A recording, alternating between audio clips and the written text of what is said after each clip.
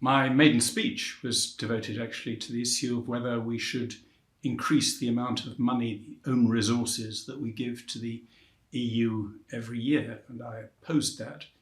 I accepted that we were part of the European Union, as it then wasn't called, but I thought we'd given too much power to the European bodies, and we ought to be trying progressively to get those powers back and not to give away more.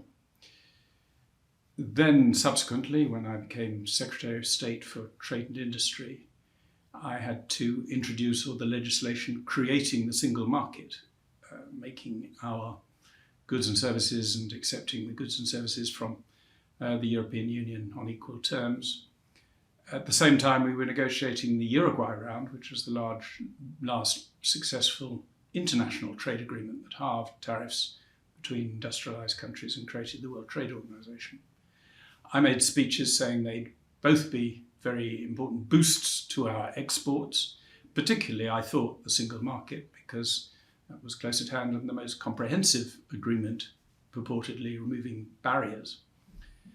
Looking back, however, it soon became clear that the single market hadn't achieved what we hoped. Our exports pretty well stagnated. They grew by less than 0.5% a year in the next quarter of a century. By contrast, our exports with the 14 largest countries with whom we had no trade deal, under World Trade Organization terms, increased by 87% over the next quarter of a century. So that made me increasingly sceptical that the claims that membership of the single market in the European Union was good for us just weren't borne out by the facts.